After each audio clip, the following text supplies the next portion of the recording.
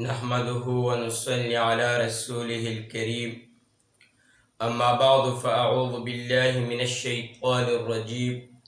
बिस्मिल्लाहिर रहमानिर रहीम। सुब्हानक ला इल्म लना इल्ला मा अल्लमतना इन्नका अंतल अलीमुल हकीम। रब्बि शरह ली सदरी व यस्सिर ली अमरी वहलुल उक़दतम मिन लिसानी यफ़क़हू क़ौली। रब्बि ज़िदनी इल्मा रब्बि ज़िदनी इल्मा रब्बि ज़िदनी इल्मन व हिफ़्ज़न व फ़हमा। मुहतरम मुसलमानानो, नन बद दुआ फ़ज़ीलत और आदाब व अहकाम बयानू। मुहतरमो, इंसान प कदम द अल्लाह रब्बुल इज़्ज़त ज़ात मुहताज है।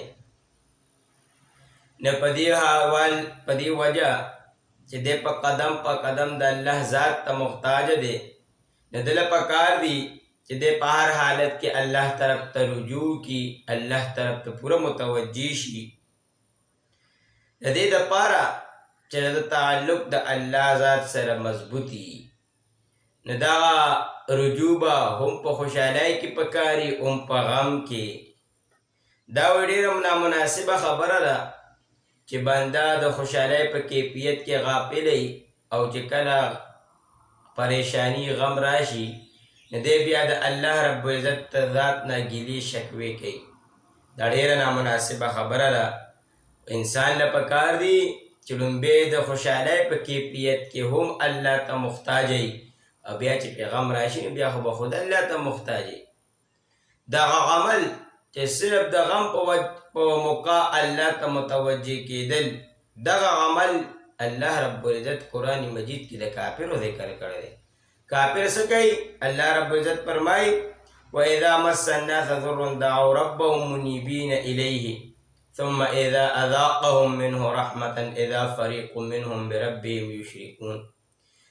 अल्लाह रब्बुल इज़्ज़त सूरह रूम आयत नंबर 23 के फरमाई वही दा खलक चिकम दी दा काफिर यादई दई बारे कि साकिराही भी अल्लाह तरफ त मुतवज्जी अल्लाह यादई दावी दा अल्लाह तरफ दी और कि कला खुशहाली दा राशि ने बिया बल तरफ त मंडली दा अमल अल्लाह रब्बुल इज़्ज़त द काफिर ज़िक्र करे।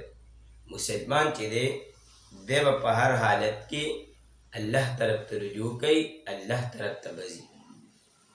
मुहतरमो, उस यो बहैसियत मुसलमान मुझे पकार कि खुशहाली कैफियत के हम दा गम प कैफियत के हम बदवाड़ो कैफियत के अल्लाह रब्बुल इज़्ज़त ज़ात त मुतवज्जी की गो रुजू को।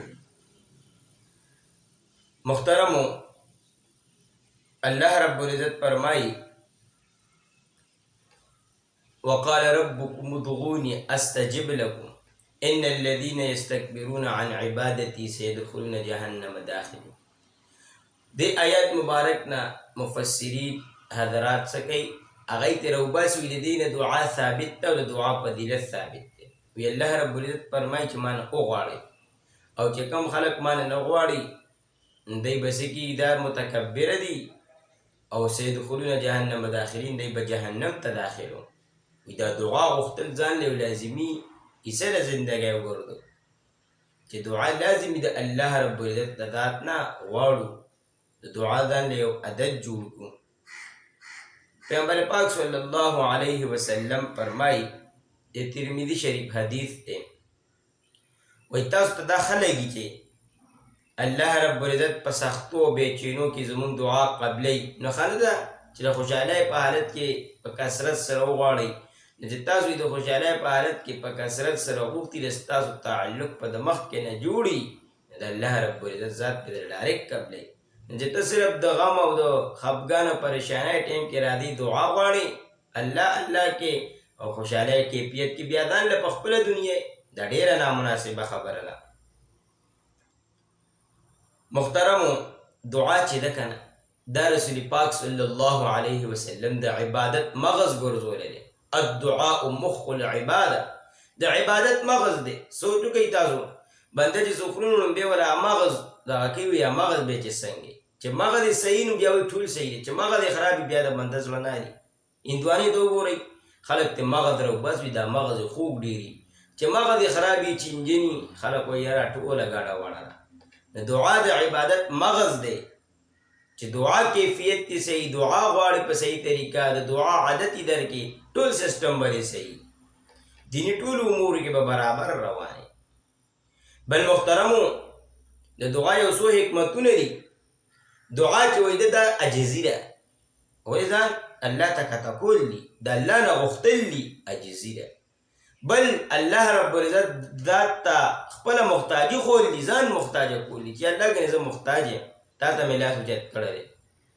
په دنیایي امورو کې هم اوس که لږه سخت راله بیا به څه کوم، او په اخروي امورو کې خو ټول د هغه محتاج دي. محترمو دعا به لازمي ځان له یو د زندګۍ حصه جوړو پکار دي چې کوم خلک د دعا نه اړخ کوي، نو دی هم د الله رب العزت ته ذات نه د نامحتاجۍ نه بیزاره دی. دا دی چې دی نامحتاجه دی، محتاجي یې د نشته د الله ذات ته. او بل دا چې دی ځان څه حسابوي، بلکې مونږ ټول فقیران یو، عاجزان یو، د الله د ذات محتاج یو. دعا به ځان له یو عادت جوړو. اوس محترمو چې دعا دومره قیمتي عبادت دی او دومره قیمتي حصه ده د دین، نو اوس په دا غواړو لازم نه چې بیا وغواړو، نو بیا چې دعا کوو نو بیا به په دې کې څه کوو، جلدي به نه کوو چې د الله نه دې څه وغوښتل، نو د هغې په غوښتو کې به بیا جلدي نه کې. حدیث شریف کې راځي وایي الله رب العزت ته هر چا دعا قبلې، دعا د الله رب العزت ته هر چا ته مقبوله ده، خو چې تر څو پورې پکې وي دې جلدبازي ونه کړي.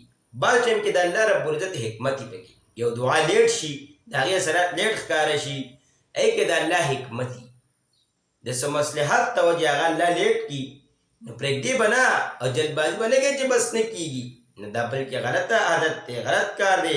دا د دعا اثرات وایي ختموي، ضایع کوي.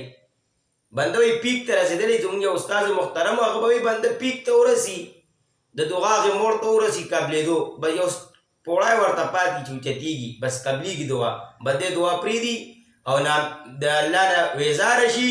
الله رب العزت به یې پرېږدی وی بچې زما نه ویزاره شو، زما ذات نه اړخته شو، پرېږدی چې څه کوي ودې کړي، نو به دا دعا ختمه شي. نو جلدبازي به نه کوو دعا کې. ګوره که دعا باره کې راځي، که دعا وایي په دنیا کې قبوله نه شوه که نه، تاسو وغوښتل، آخرت کې به الله رب العزت ته هغې اجر درکوي.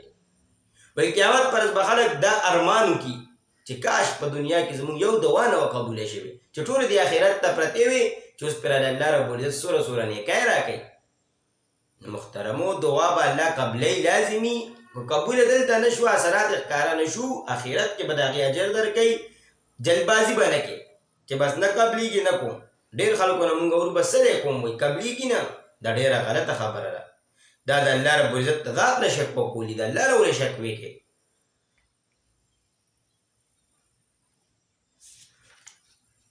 محترم اوس چې دعا شروع کوو، نو دعا شروع کولو نه مخکې پکار دي بنده له چې حمد او ثنا ووایي، د الله رب العزت تعریف بیان کړي او ورپسې درود شریف ووایي.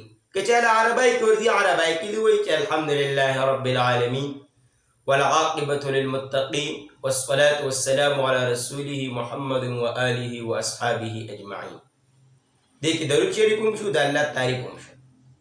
که چاله عربی کې نه ورځي پښتو کې ووایه چې الله ته ډېر لوی ذات دی، د ټول جهان مالک یې، خالق یې، رازق یې، د الله دغه شان ښکلي ښکلي صفتونه بیان کړه. بیا په پیغمبر صلی الله علیه وسلم درود شریف ووایه، اینه پس دعا کول شروع کا.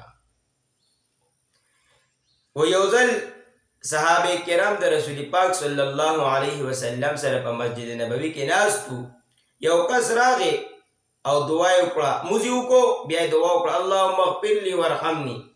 پیغمبر صلی الله علیه وسلم ورته چې جلدي دې وکړه، تاله څه پکارو، تاله پکارو لومبې د الله تعریف بیان کړو، حمد دې بیان کړو، اینه پس دې په ما درود ویلو، بیا دې دعا غوښتې وه، دا دعا به ډېره مخکې تلې وه.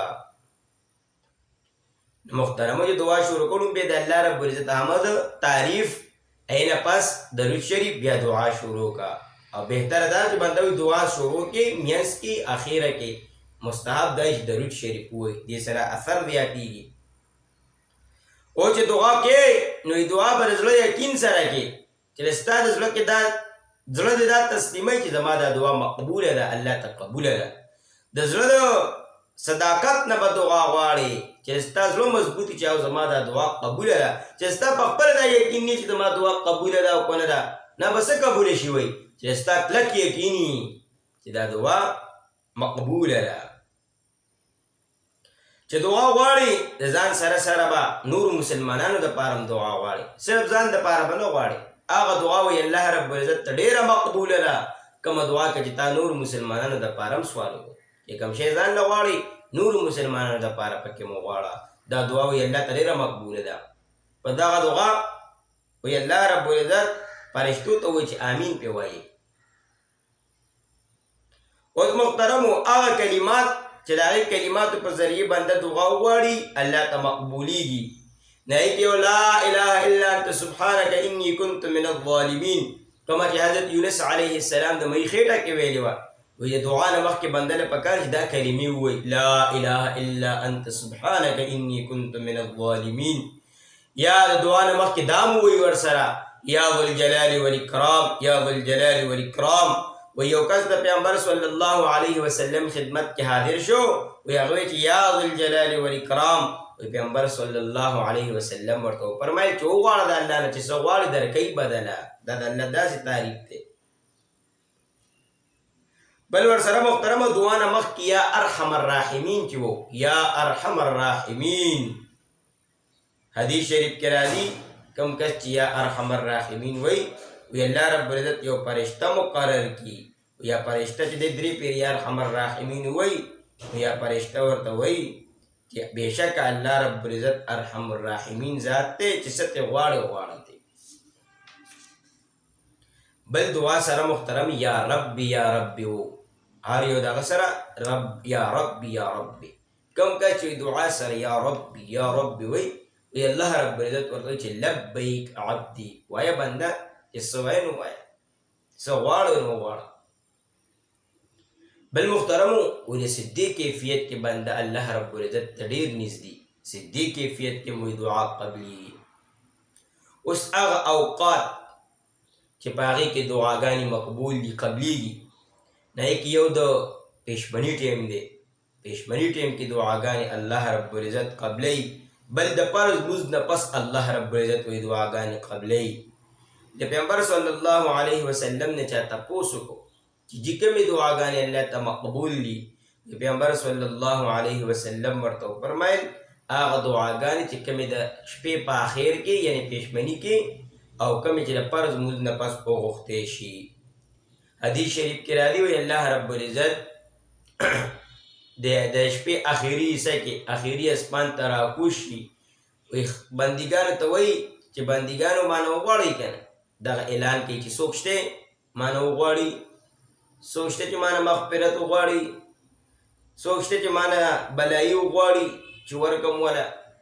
نو محترمو الله رب العزت دغه شان اعلانونه کوي چې محترمو د شپې اخیري کې د الله عدد جوړ کو پاسو 2 رکعاته کوو هینه پس الله رب العزت ذات نه غواړو. او دغه شان محترمو ورسره فرض لمونځ نه پس مختصر دعاګانې کوو.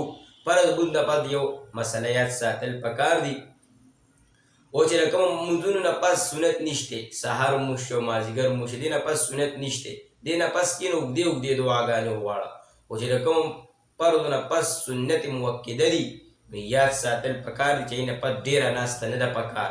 اینه پس مختصر دعاګانې وغواړه ډایرکټ سنتو کې مشغول شه. صاحب فتح القدیر لیکلی دي وی د پیغمبر صلی الله علیه وسلم نه دا ثابته نه ده. دا کومه اوس زمانه کې خلک لګیا دي د فرض لمونځ نه پس آیت الکرسي وایي تسبیحات فاطمه وایي دا وایي فرض لمونځ پسې نه دي بلکې دا چې وایي د سنتو نه فارغه شي نو بیا دې کې مشغول شه. چې د کوم فرضو نه پس سنتي دا یاد ساتل پکار لومبې سنت وکړه اینه پس ځان له دعاګانې وغواړه. ځکه دې منځ کې ډېر ګیپ مه راوله. دې سره سنت اهمیت دغه ختمیږي ثواب کمیږي چې څومره وخت زیاتیږي پې او بلکې دا د علماو په نزد مکروه دي او مکروه تنزیهي دي. او که مختصر دعاګانې ووایه اللهم انک عفو کریم تحب العفو فاعف عني یا کریم ووایه مختصرا تکې دعا سنت وکړه اینه پس ځان له اوږدې دعاګانې وغواړه. او چې کومو فرضو نه پس سنت نشته اینه پس اوږدې دعاګانې کوه. بل محترم حالت سفر کې وي دعاګانې الله رب العزت قبلوي. پیغمبر صلی الله علیه وسلم چې کوم خلک ذکر کړي چې دعاګانې قبليږي هغې کې یو د مسافر دعا هم ده. وایي د مسافر دعا الله رب العزت نه رد کوي. دې سره سره محترمو د افطار په ټایم کې روژه ماتي په ټایم کې الله رب العزت دعا قبلوي. دا شان د جمعې پر ورځ هم الله رب العزت دعا قبلوي. بلکې جمعې پر ورځ یو خاص ټایم دی چې د اکثر علماو په نیز هغه مازدیګر ټایم دی. مازدیګر نه تر ماښامه چې دا کم ټایم دی وایي دې کې الله رب العزت دعاګانې قبلوي. ډېر وایي چې د جمعې خطبې ټایم کې دا کومه مقرره امام کیني دغه ټایم کې وایي دعا قبلېږي. خو د جمعې پر دغه ټایم پټ دی. جمعې پر یو ټایم دی یو ساعت دی چې کې دعا قبلېږي. دغه شان وایي د اذان نه پس هم الله رب العزت دعا قبلوي. دغه شان چې د مونځ او د بانګ په منځ کې دا کومه ګیپي کومه موقعي دې کې مو الله رب العزت دعاګانې قبلوي. اوس محترمو د دعاګانو د قبولیت لپاره دا یاد ساتل پکار دي حرام نه بدن ساتو. د حرامو نه به ډېر اجتناب کوو. د حرامو نه بدن لرې ساتو. که ستا خېټه کې دننه حرامي ته ډېرې دعاګانې کوې د هغې اثر به ني. اثر به د دعاګانو ولئ چې ستا خېټه کې دننه حلال پراته د حلالو کمایي پرته وي. نو یاد ساتئ د هغې دعاګانو اثر نه چې د چا خېټه کې حرام وي. هغې دعاګانو اثر چې د چا خوراک حلال وي. دغه شان محترمو بنده چې خپل نیک عملونه الله ته مخامخ کړي کوم نیک اعمال یې کړي چې الله دې په وسیلې سره زما دعا قبوله کړي داسې هم صحیح دي. خپل نیک اعمال هم الله ته پیش کولی چې کوم نیک عمل یې کړی خالص د الله د رضا دپاره. دغه شان محترمو حدیث شریف کې راځي چې کوم خلک د شپې په اودس کې ویده شي د هغې دعا هم الله قبلوي. دی چې ویسه ټایم کروټ بدلوي او د ده سترګې کولاو شوې او دغه ټایم د دعا غوښته دغه دعا ول الله قبلوي. د شپې چې وایي څوک ذکر اذکار او اودس کې ویده شي. دغه شان محترمو د دعاګانو قبولیت لپاره به بل څه کوو د ګناهونو نه به توبه کوو. د ګناهونو نه به ځان محفوظ ساتو. چې څومره بنده ګناهونو کې مولا وي چې دومره دعا نه قبلېږي. څومره ځان د ګناهونو نه اړخته کوي توبه وباسي دغه کس دعا الله قبلوي.